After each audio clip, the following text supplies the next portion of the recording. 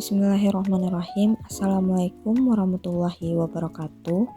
Pada kesempatan kali ini, saya akan mempresentasikan hasil tugas besar mata kuliah pemrograman berorientasi objek, yang dimana tugas besar ini merupakan pengganti UAS mata kuliah ini.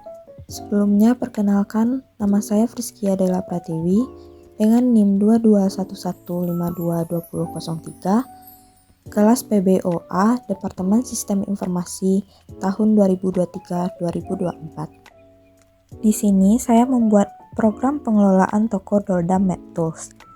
Doldam MedTools merupakan toko yang menyediakan alat medis dengan berbagai kategori, mulai dari kategori alat kedokteran, P3K, termometer, dan lain sebagainya. Di sini Doldam MedTools berperan sebagai distributor, yaitu pihak atau toko yang menjual langsung barang kepada pelanggan, dan toko Doldam MedTools akan menerima pasokan barang dari supplier alat medis ini. Selanjutnya, untuk dosen pengampu dari mata kuliah ini adalah Pak Jefril Rahmadoni MKom dan Pak Usnil Kamil MT. Program yang saya buat menggunakan bahasa pemrograman Java dan menggunakan aplikasi seperti Visual Studio Code, MySQL, dan Sampipi. Baiklah, langsung saja saya akan meran atau menjalankan programnya. Program ini saya namai dengan nama Tubes PBO. Di dalam folder Tubes PBO _2211522003 Friskia Della Pratiwi. Pada bagian awal output akan ditampilkan nama toko yaitu Doldam MedTools beserta tagline-nya yaitu Entrust Your Health to Doldam. Lalu ada hari, tanggal, dan waktu sekarang ini. Lalu ada pesan welcome, silakan login, dan kita disuruh untuk memasukkan username. Di sini username-nya adalah Doldam dan passwordnya adalah dam123. Jika kita mencet enter, maka akan keluar kode CAPTCHA untuk verifikasi. Dan kita disuruh memasukkan kode CAPTCHA yang tertera, yaitu QY3WG. Jika kita menekan tombol enter, maka akan menampilkan pesan login berhasil. Bagaimana jika kita memasukkan kode CAPTCHA atau username atau password yang salah? Misalnya ini PPPPP. Maka akan keluar pesan CAPTCHA salah dan kita disuruh menginputkan ulang kembali CAPTCHA yang benar sesuai kode yang tertera. Begitu juga dengan username dan password, jika salah akan disuruh mengulang kembali. Jika inputan CAPTCHA sudah benar, maka akan menampilkan pesan login berhasil dan kita akan diarahkan ke menu utama. Di sini kita juga disuruh untuk menginputkan pilihan menu sesuai menu yang ditampilkan. Sebelum memilih menu yang tersedia, saya akan menampilkan database-nya. Di sini saya telah membuat database dengan nama PBO Tubes. Dengan 3 tabel, yaitu tabel pertama ada tabel barang dengan kolom kode barang, nama barang, kategori, harga, dan stok. Lalu yang kedua ada tabel barang in yang berfungsi sebagai tabel stok barang yang kita terima dari supplier. Di sini berisi kolom nama barang, kolom kode barang, kolom kategori, kolom harga, kolom stok, kolom nama supplier, kolom kode supplier, dan kolom nomor HP supplier. Lalu yang ketiga ada tabel beli barang sebagai tabel transaksi. Di sini ada kolom nama barang, kolom kode barang, kolom jumlah, kolom harga barang, kolom total, kolom nama pembeli, dan kolom nomor pembeli. Lalu kita akan kembali ke VS Code untuk menginputkan menu tadi. Misalnya yang pertama kita memilih pilihan 1, yaitu lihat stok barang. Lalu kita tekan enter. Akan keluar daftar barang Doldam. Di sini data barang masih kosong karena barang belum diinputkan oleh supplier. Begitu juga data tabel barang di database masih kosong.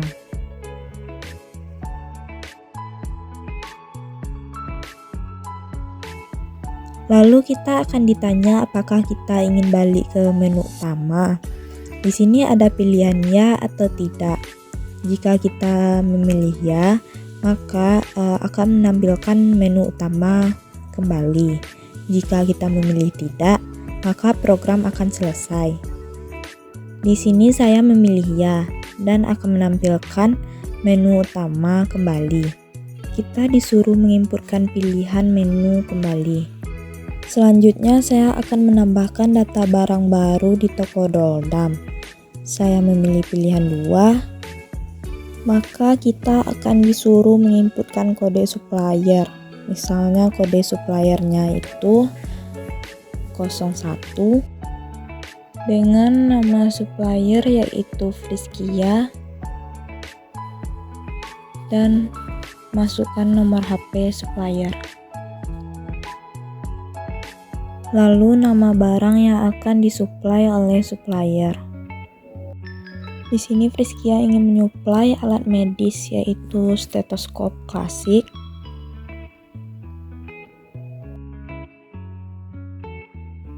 Dengan kode barang 001.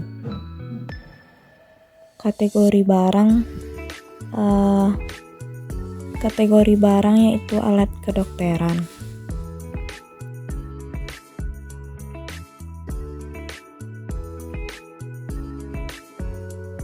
Selanjutnya menginputkan harga barang.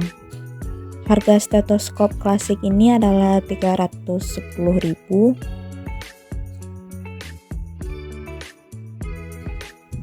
Dan inputkan juga stok barang. Stok barangnya misalnya 30. Lalu klik enter, maka akan menampilkan pesan Friskia merupakan supplier baru di toko Doldam. Di sini juga terdapat rincian barang yang telah dimasukkan tadi, yaitu stetoskop klasik dengan kode barang 001, kategori alat kedokteran, harga 310.000 dan stok barang 30. Selanjutnya mari kita lihat pada database apakah barang yang kita input tadi sudah masuk ke database atau belum.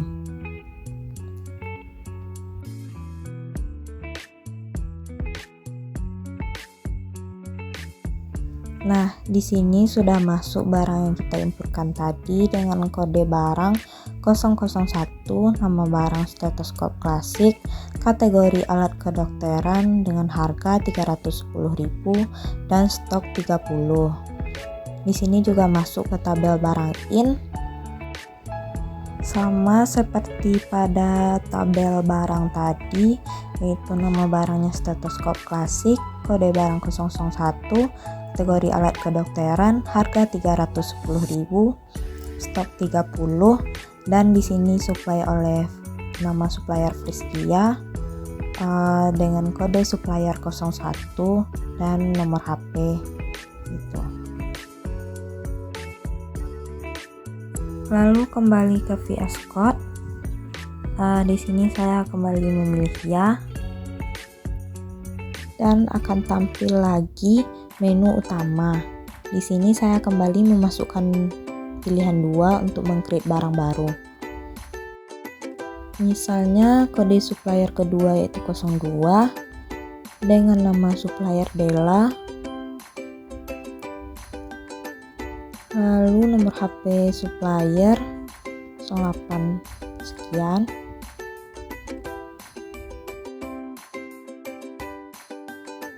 Dan barang yang akan disuplai Della adalah termometer digital.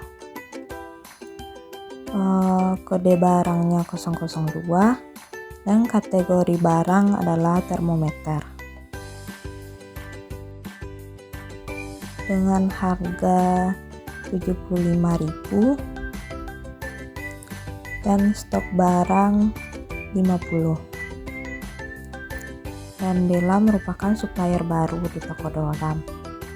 Di sini juga ditampilkan rincian barang tadi, yaitu termometer digital dengan kode barang 002, kategori termometer, harga 75.000 dan stok barang 50. Mari kita lihat di database.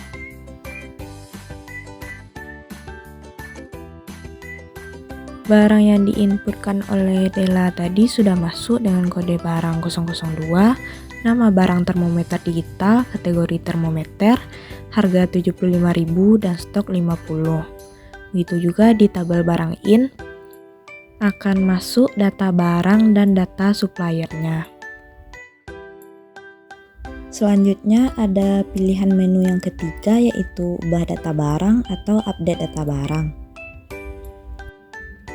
Nah, di sini akan ditampilkan daftar barang toko Doldam yang telah diinputkan sebelumnya atau stok barang Doldam.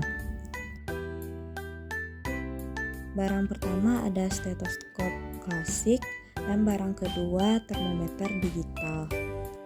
Untuk mengubah data barang, kita perlu memasukkan kode barang.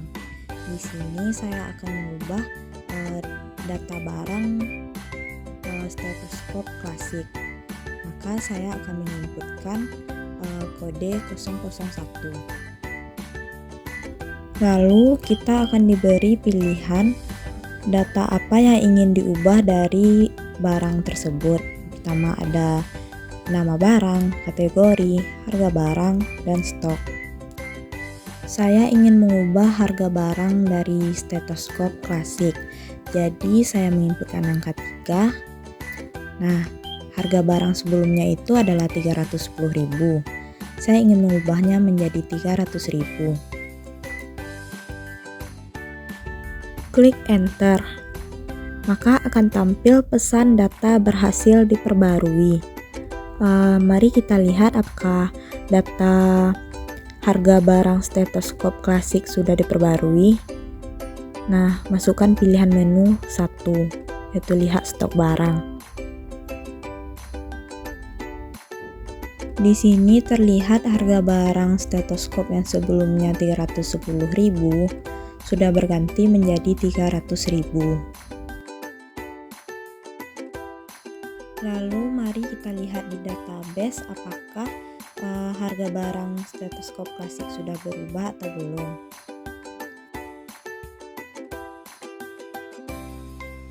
Dan harga stetoskop klasik di database sudah berubah menjadi 300.000. Selain harga barang, kita juga bisa mengubah data barang, yaitu nama barang, kategori, serta stok barang seperti yang ditampilkan pada pilihan opsi ubah data tadi. Balik ke menu utama. Nah, di sini ada pilihan menu yang keempat, yaitu transaksi barang atau delete barang. Maksudnya di sini transaksi barang berarti barang akan dibeli oleh pembeli, otomatis barang akan di-delete dari stok atau stoknya akan berkurang. Pilih nomor 4.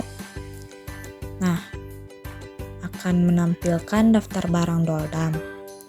Di sini kita disuruh menginputkan nama pembeli.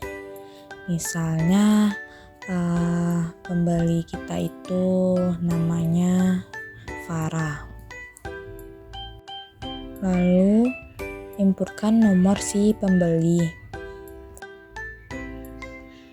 Nah, di sini akan ditanya apakah pembeli merupakan member atau memiliki kartu member dari toko Doldam. Misalnya Farah merupakan member, lalu pilih ya.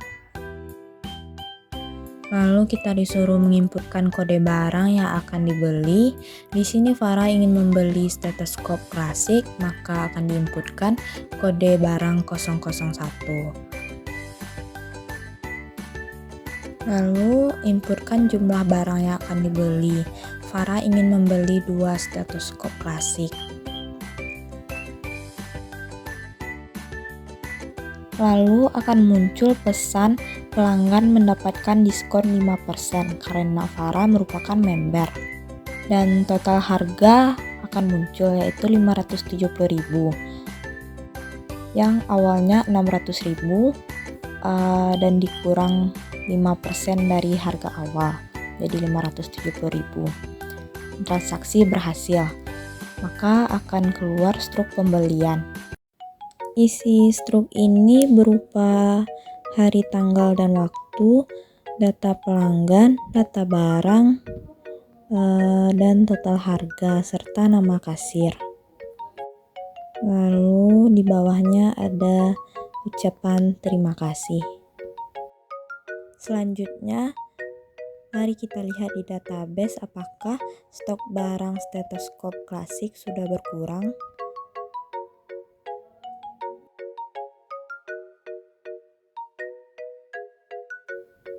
Nah, stok barang stetoskop klasik sudah berkurang menjadi 28 karena pembelian tadi. Lalu kita lihat di tabel beli barang.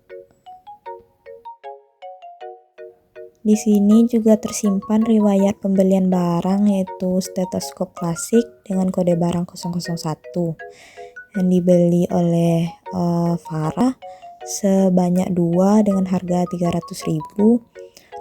Dan totalnya 570.000 karena diskon 5% tadi.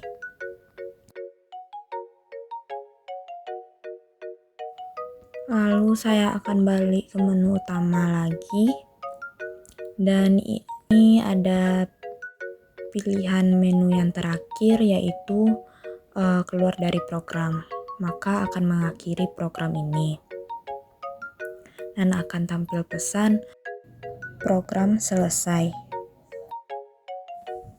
Selanjutnya saya akan menampilkan seperti exception handling, yaitu jika terjadi kesalahan maka akan muncul pesan.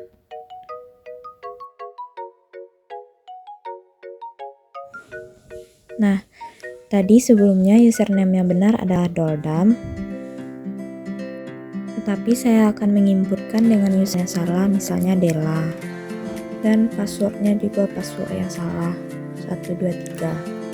Maka akan tampil pesan login gagal dan kita disuruh menginputkan kembali username yang benar.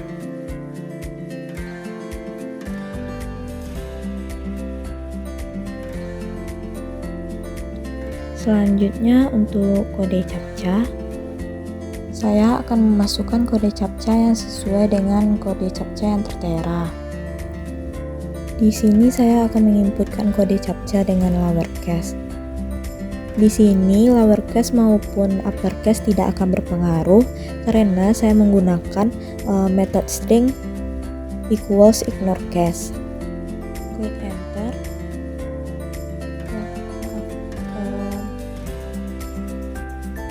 Saya akan menginputkan ulang CAPTCHA sesuai kode yang tertera.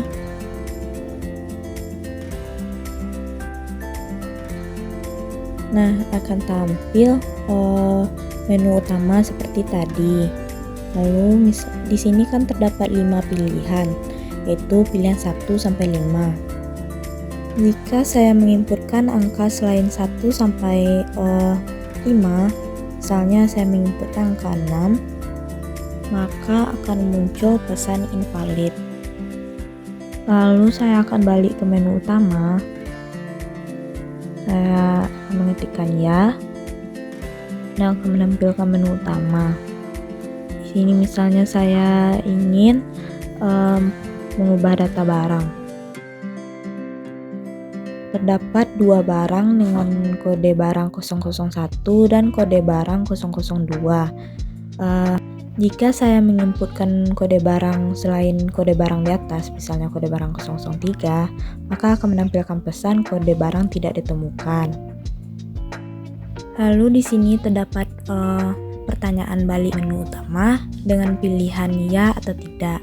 Jika saya menginputkan pilihan selain ya atau tidak, maka akan tampil pesan invalid. Inputan harus berupa ya atau tidak. Terakhir saya akan menginputkan pilihan tidak dan program akan selesai.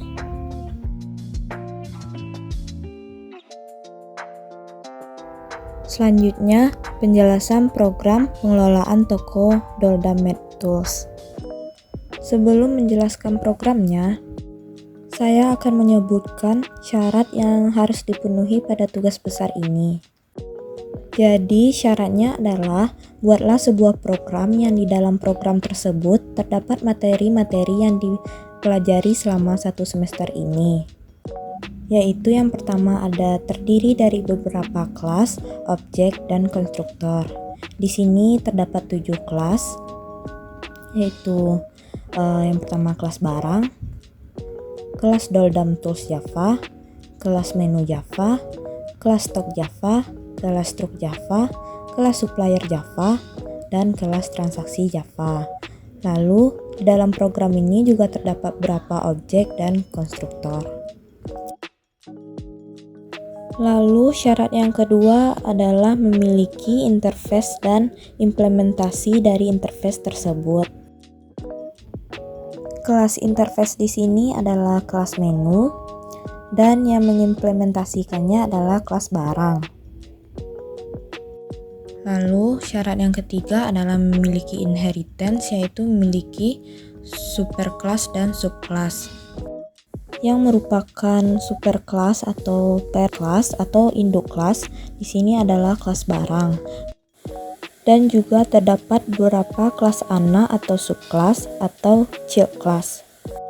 Lalu syarat yang keempat yaitu terdapat satu atau lebih perulangan, percabangan, dan perhitungan matematika.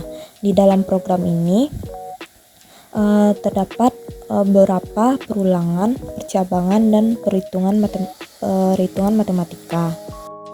Syarat yang kelima yaitu terdapat beberapa manipulasi metode string dan det.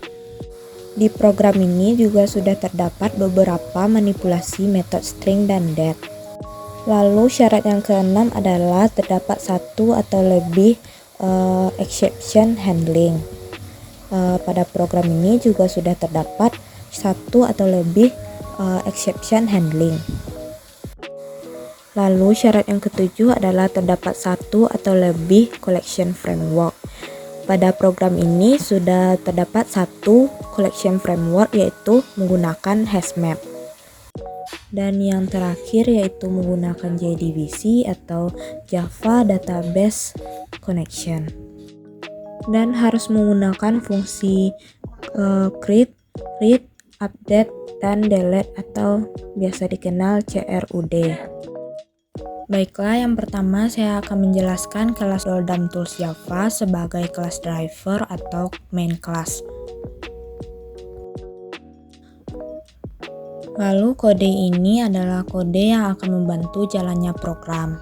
Kode ini mengimpor berbagai paket Java yang diperlukan untuk menjalankan program, termasuk paket untuk manipulasi tanggal, date, format tanggal, simple date format, interaksi pengguna melalui inputan, scanner, serta penggunaan hashmap dan map untuk menyimpan data, dan penggunaan random untuk generate captcha. Di sini terdapat public class Doldam Tools yang merupakan kelas driver. Selanjutnya ada variabel untuk koneksi database yaitu static connection koneksi. Static string link sama dengan jdbc.2 mysql.2/localhost.23306/pbo2base. Nah, 3306 ini merupakan port MySQL-nya. Dan PBO2Base merupakan nama database-nya. Selanjutnya ada static scanner input dan static scanner. yaitu untuk inisialisasi objek scanner untuk input dari pengguna. Lalu ada static maps. Ini merupakan penggunaan collection framework, yaitu untuk daftar kredensial yang valid untuk login. Lalu ada static valid kredensial put key .2 doldam, value dam 123. Ini akan menyimpan kredensial valid ke dalam hashmap. Lalu ada public static string generate captcha. Ini metode untuk menampilkan captcha. Lalu ada string kode, ada abjad dengan uppercase dan abjad dengan lowercase serta angka. Lalu terdapat perulangan for untuk jumlah huruf pada captchanya. Lalu ada public static void main string args throw exception, yaitu merupakan fungsi utama yang akan dieksekusi saat program dijalankan. Di sini saya menggunakan metode date yang merupakan salah satu syarat dari tugas besar ini. Itu ada simple date format hari dan simple date format jam. Pada simple date format hari, formatnya yaitu EEE sebagai hari, DD sebagai tanggal, MM sebagai bulan, dan YYYY sebagai tahun. Lalu pada simple date format jam, formatnya yaitu HH sebagai jam, MM sebagai menit, SS sebagai detik, dan Z itu sebagai zona waktunya, seperti WIB atau IM atau PM.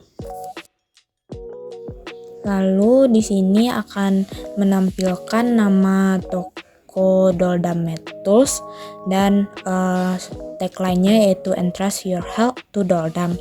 Di sini saya menggunakan metode string yaitu lowercase, di mana tagline akan diubah menjadi tagline yang awalnya huruf besar atau uppercase akan diubah menjadi huruf kecil atau lowercase. Di sini juga akan menampilkan hari dan jam.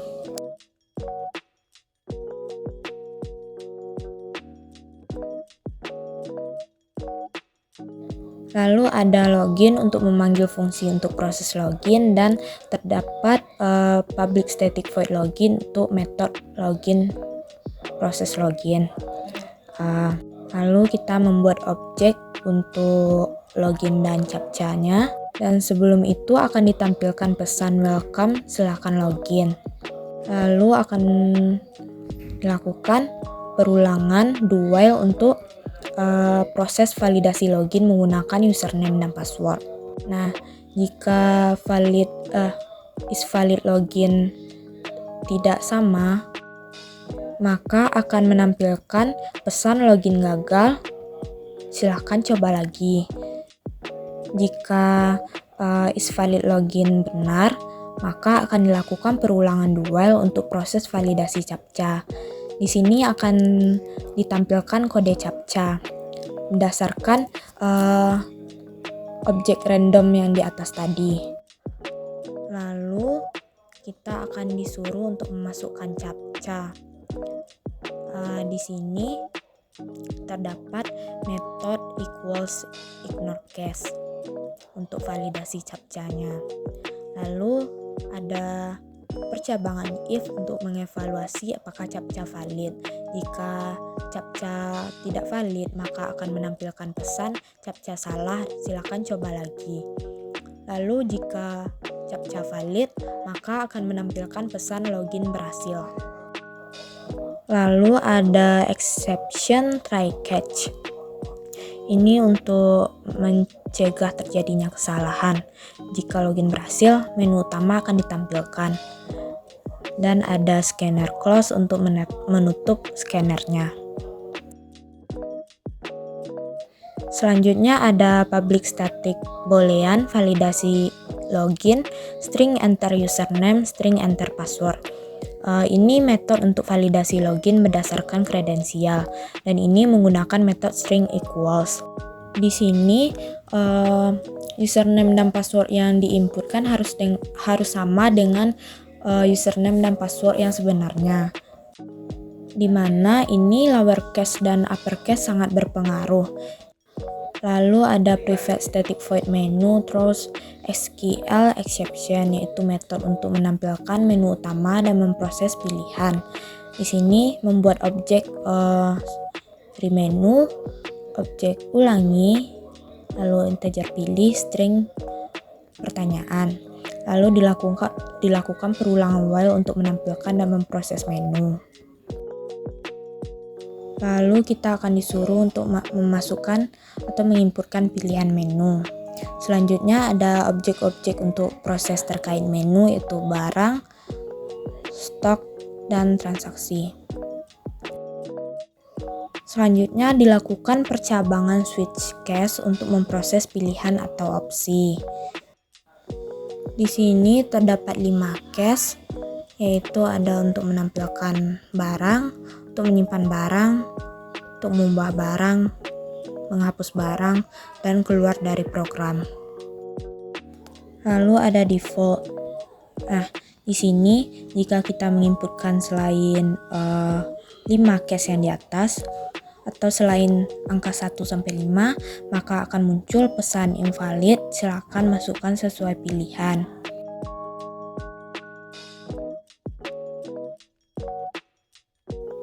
Lalu akan dilakukan lagi perulangan while untuk menanyakan apakah pengguna ingin kembali ke menu utama atau tidak.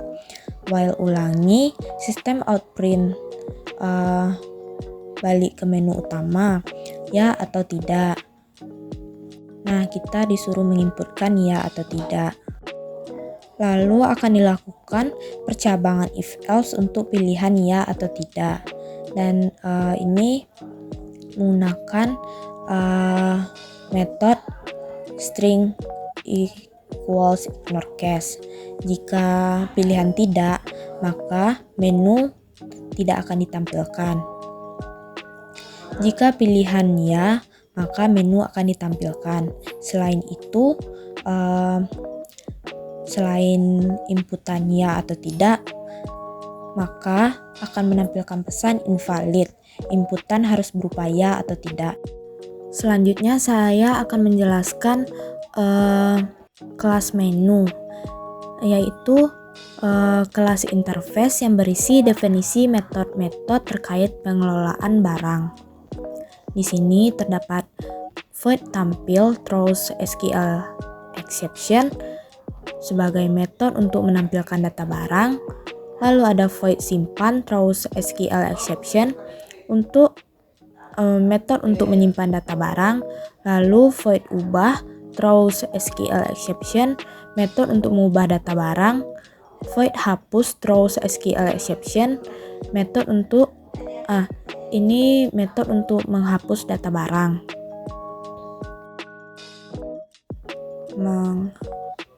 Menghapus data barang. Lalu yang terakhir ada void cari, terus SQL exception, yaitu metode untuk mencari daftar barang atau data barang. Selanjutnya saya akan menjelaskan kelas barang. Di sini terdapat import untuk jalannya program. Lalu public class barang implements menu. Kelas barang ini merupakan superclass atau parent class yang mengimplementasikan interface menu. Lalu ada connection koneksi dan string linknya untuk deklarasi variabel koneksi ke database. Lalu ada scanner untuk input. Lalu ada deklarasi variabel untuk atribut barang, ada nama barang, kode barang, kategori, harga, stok, dan boolean kosong yang bernilai true. Lalu ada public barang, yaitu konstruktor kosong. Dan ada public barang, integer x, konstruktor dengan satu parameter. Lalu ada public barang, dan string nama barang, kode barang, kategori, integer harga, dan stok. Itu konstruktor dengan banyak parameter. Lalu ini untuk menginisialisasi atribut barang. Selanjutnya ini untuk menampilkan rincian barang. Dan ini terdapat public void metode kosong, yaitu metode kosong.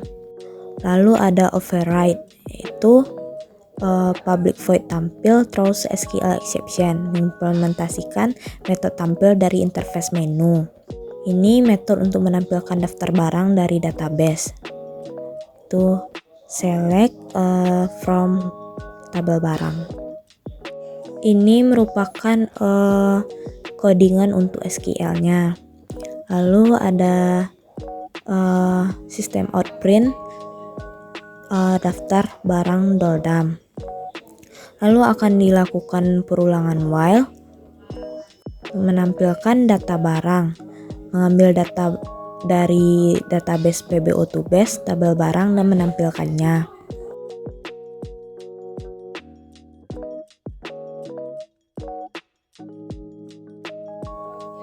Lalu akan dilakukan percabangan if dan jika barang kosong maka akan tampilkan data barang kosong.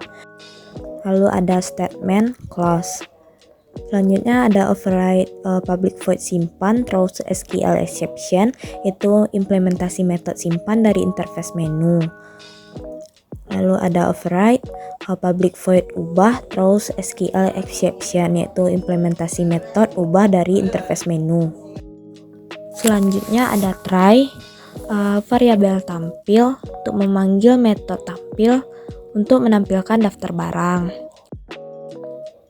Di sini kita disuruh untuk memasukkan kode barang yang akan diubah. Lalu ada string SQL untuk membuat SQL untuk mengambil data barang berdasarkan kode yang dimasukkan.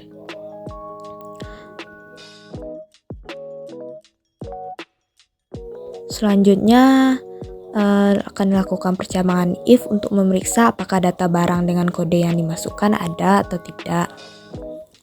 Di sini akan ditampilkan data yang ingin diubah, yaitu berdasarkan nama barang, kategori, harga barang, dan stok. Lalu kita disuruh untuk memasukkan pilihan. Sini juga ada percabangan switch case untuk menyediakan opsi perubahan yang berbeda. Case 1 untuk mengubah data barang berdasarkan nama barang. Lalu case 2 untuk mengubah data barang berdasarkan kategori. Lalu case 3 untuk mengubah data barang berdasarkan harga. Case 4 mengubah data barang berdasarkan stok. Dan selain pilihan 1-4 akan tampil pilihan tidak valid. Mohon inputkan sesuai nomor pilihan yang tertera. Lalu selain itu, jika kode barang yang dimasukkan tidak ada di daftar barang, maka akan tampil pesan kode barang tidak ditemukan.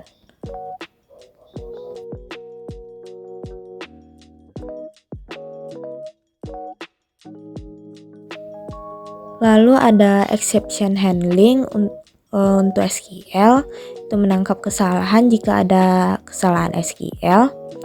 Maka akan menampilkan pesan error terdapat kesalahan update data.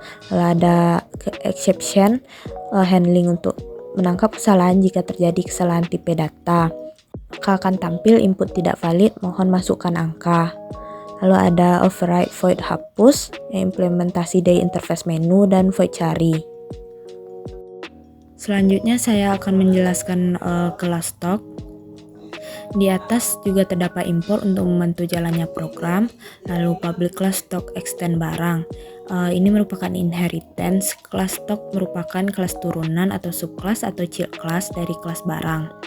Lalu ada connection con dan string link untuk deklarasi variabel koneksi ke database. Lalu ada membuat objek untuk atribut stock. Lalu ada public void nama barang, metode untuk memasukkan nama barang. Public void kode barang, metode untuk memasukkan kode barang. Public void kategori, metode untuk memasukkan kategori barang. Public void harga, metode untuk memasukkan harga barang. Public void stock, metode untuk memasukkan stok barang. Public void nama sub, metode untuk memasukkan nama supplier. Public void kode sub, metode untuk memasukkan kode supplier. Public void nomor HP, metode untuk memasukkan nomor HP supplier. Lalu ada public void check kode barang through SQL exception. Metode ini untuk memeriksa keberadaan kode barang di database.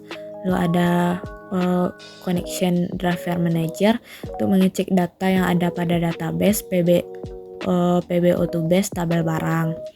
Lalu dilakukan percabangan if jika inputan kode barang sudah terdapat pada database PBO2base. Selanjutnya ada metode barang ready untuk mengecek keberadaan barang ready di database. Di sini akan mengakses data pada database PBO2base tabel barang. Lalu ada perhitungan matematika yaitu proses penjumlahan. Stok akhir adalah stok awal tambah stok. Lalu lakukan percabangan if to update data pada database PBO2base tabel barang. Selanjutnya ada metode void subready untuk mengakses keberadaan subready pada SQL exception. Create data tabel barang in pada database PBO2base. Lalu ada public void check kode sub, yaitu metode untuk mencek kode supplier di database. Di sini juga dilakukan percabangan if. Lalu ada public void create barang, metode untuk data barang baru ke database PBO2base. Lalu public void create supplier, metode untuk meng-create data supplier baru dan memasukkan data pada database PBO2base. Lalu di sini juga ada void simpan, yaitu override dari interface menu. Juga ada exception handling untuk mencegah terjadinya kesalahan. Selanjutnya ada kelas transaksi. Di atas terdapat import juga membantu jalannya program. Public kelas transaksi extend barang, yaitu kelas transaksi yang merupakan turunan dari kelas barang. Connection koneksi, string link yang merupakan deklarasi variabel koneksi ke database. Lalu ada scanner untuk input dan variabel-variabel yang akan digunakan dalam transaksi.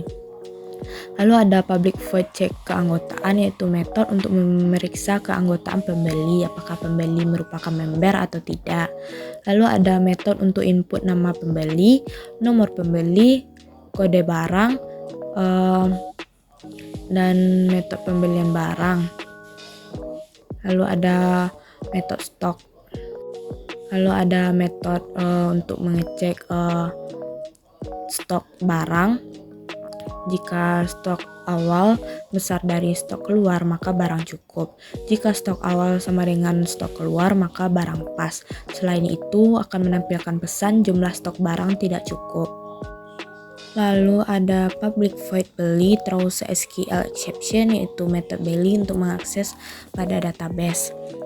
Di sini terdapat perhitungan matematika untuk stok akhir, stok awal, dan stok keluar. Selanjutnya ada percabangan if. Jika pelanggan merupakan member, maka pelanggan akan mendapatkan diskon 5%. Di sini juga terdapat percabangan if untuk mengupdate barang di SQL. Lalu ada public void stok habis untuk mengakses stok habis di database. Lalu ada public void isi tabel pembelian untuk mengakses isi tabel pembelian di SQL. Lalu juga terdapat implementasi dari metode di kelas interface, yaitu metode cari dan metode hapus. Lalu juga ada exception untuk mengatasi terjadinya kesalahan. Selanjutnya saya akan menjelaskan kelas supplier. Itu public kelas supplier, itu merupakan kelas supplier. Lalu ada deklarasi variabel untuk atribut supplier, ada nama supplier, nomor HP, kode supplier. Lalu ada public supplier, yaitu konstruktor supplier yang kosong. Lalu ada public supplier, string nama sub, kode sub, dan string nomor HP, yaitu konstruktor dengan banyak parameter. Lalu terdapat metode kosong.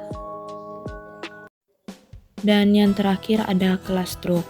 Di sini juga terdapat import untuk membantu jalannya program. ada public class struct yaitu class struct dan atribut class struct. Lalu ada public struct yaitu konstruktor untuk menginisialisasi objek struct dengan data pembelian. Lalu ada public void cetak struct yaitu metode untuk mencetak struct pembelian. Lalu ada date untuk membuat objek date untuk mendapatkan tanggal dan waktu saat ini. Lalu ada simple string date, tanggal dan waktu, dan yang terakhir ada untuk mencetak struct. Sekian penjelasan dari saya ucapkan terima kasih. Assalamualaikum warahmatullahi wabarakatuh.